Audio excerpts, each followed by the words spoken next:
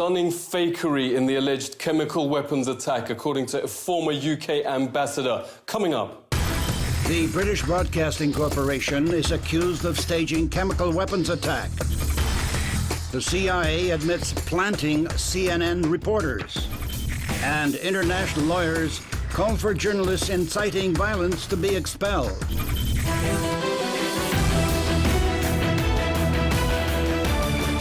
August 2013, and NATO leaders can't get the public on side for the imminent bombing of Syria.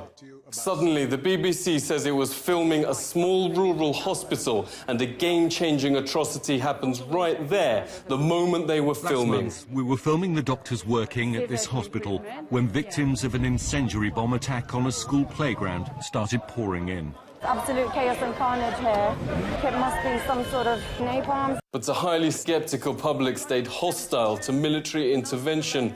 Exactly 1 month later, the leaders are trying to pin a chemical weapons attack on Syria without success. The BBC airs exactly the same footage but digitally alters the word napalm for, quote, chemical weapons, hoping no one will notice. Absolute chaos and carnage here. It must be some sort of chemical weapon. Not only did folks notice, but it unleashed a massive public investigation, which made some extremely disturbing findings. This is the total fabrication. From beginning to end of an atrocity with BBC reporter Ian Pannell standing amidst a tableau of very bad actors.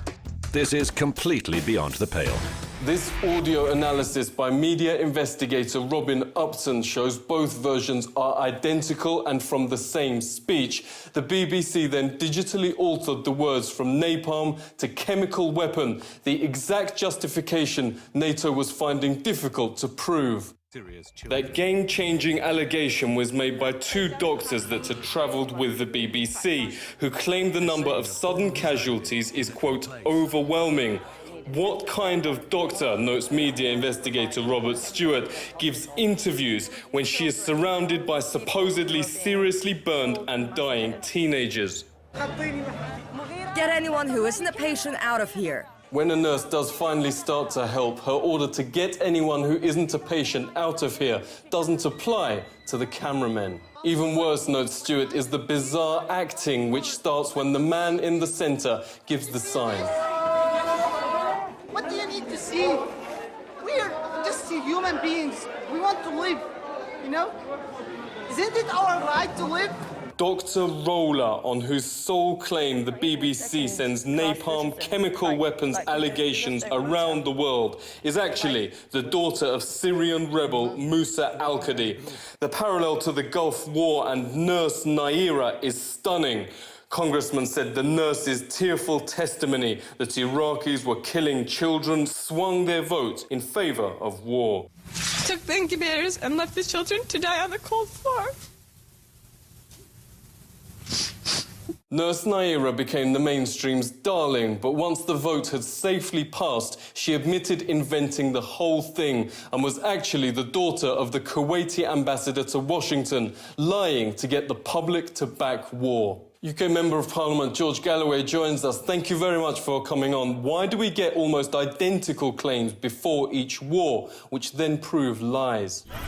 Well, the Bush and Blair Corporation, as it became in the run-up to the Iraq War, has almost entirely lost its reputation for journalistic integrity. A full inquiry must be launched into why the BBC used a piece of material which was not just wrong, but was falsified, and falsified with the purpose of propelling our country into war. That's not what the British public pays its BBC licence fee for, so that it can be tricked into a war. In a statement, the British Broadcasting Corporation says it stands by its report. The Syrian opposition denies the allegations. Investigators such as Robert Stewart note there are many questions sent officially to the corporation remain unanswered.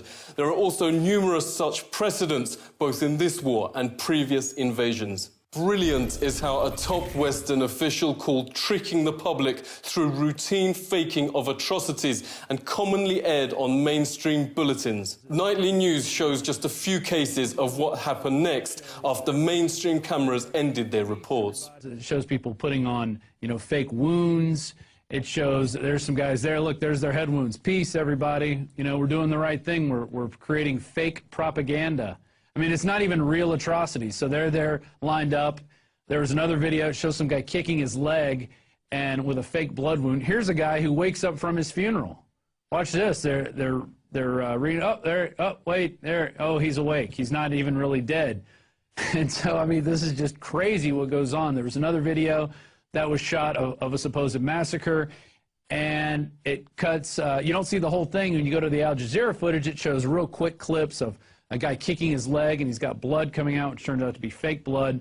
The so-called activists behind the fakes are by far the most popular source, despite them never being verified and regularly disproved as fabrications to justify more NATO arms. The term activist may sound like a well-meaning Western campaigner or charity, but the Foreign Policy Journal notes it's just newspeak for insurgents. The official source on Syria casualties, or what mainstream claims is official, is impressive-sounding organization the Syrian Observatory for Human Rights. Reuters exposed the fact 3 years ago it was not an organization at all, or even working in Syria. It's a single pro-insurgent supporter living in Coventry, England.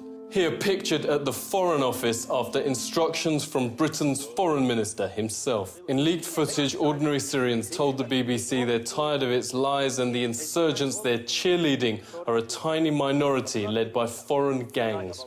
You don't like BBC? BBC كله. Why? سيء. لا يعني BBC سيء. Because you are talking very bad about Syria. Everybody when BBC Arabic he can hear the lie about Syria.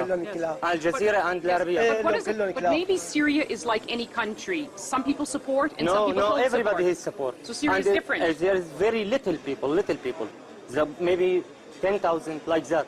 But the most of people, 22 million, 23 million persons support Bashar al-Assad. But even and we have not demonstration, we have armed gangs. Pro-war media is forced to resort to colossal lies since intelligence chiefs revealed to America's top investigative reporter, Cy Hirsch, quote, Obama's cronies are making it up. All the evidence actually points to the jihadis staging the chemical attacks. The attack was not the result of the current regime, the high-level intelligence officer wrote in an email to a colleague. The guys are throwing their hands in the air and saying, how can we help this guy, Obama, when he and his cronies in the White House make up the intelligence as they go along, said a former senior intelligence official. The distortion, he said, reminded him of the Gulf of Tonkin incident. What? The president wants a white one. He wants a white one? A white? Let me talk.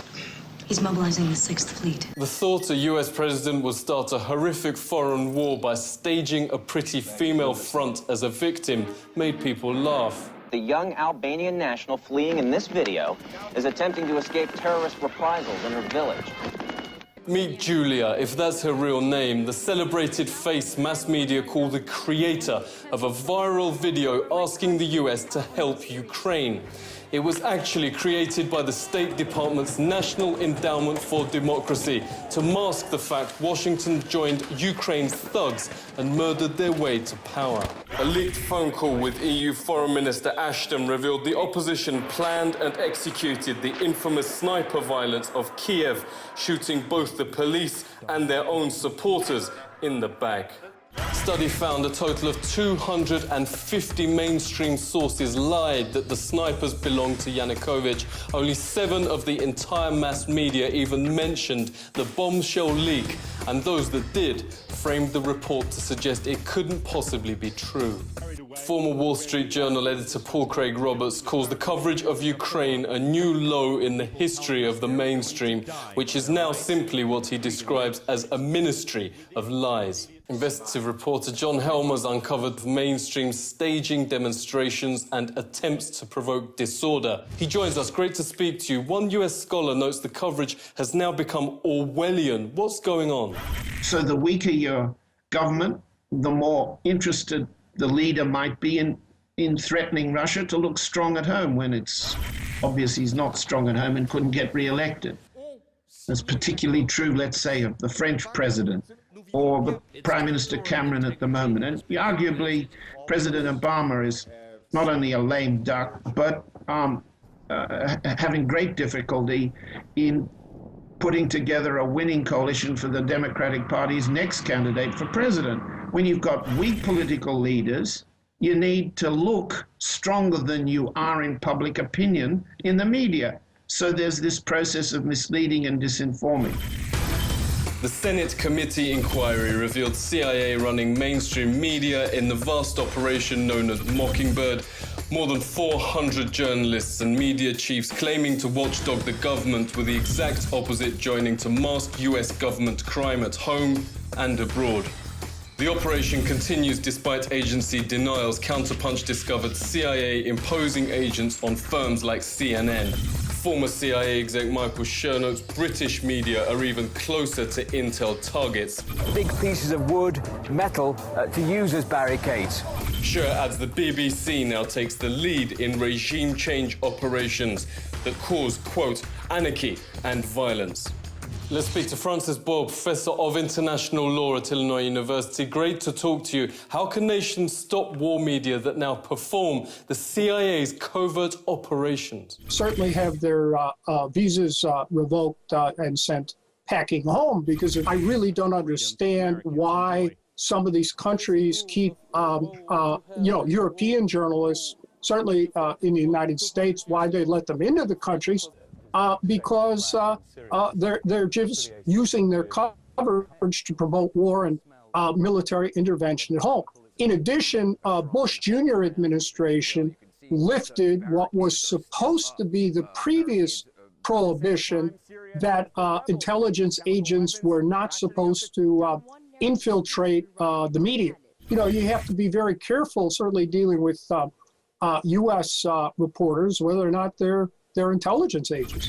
Banning active units of the military, also known as war stream media, shows how serious the situation now is. Their policies aren't popular with their own viewers. Mainstream audiences are in free fall. CNN and MSNBC have shed half their entire viewership in the last year alone. The question is, how many more coups will they stage or help before they lose the public's trust altogether? Seek truth from facts. This is the Truthseeker.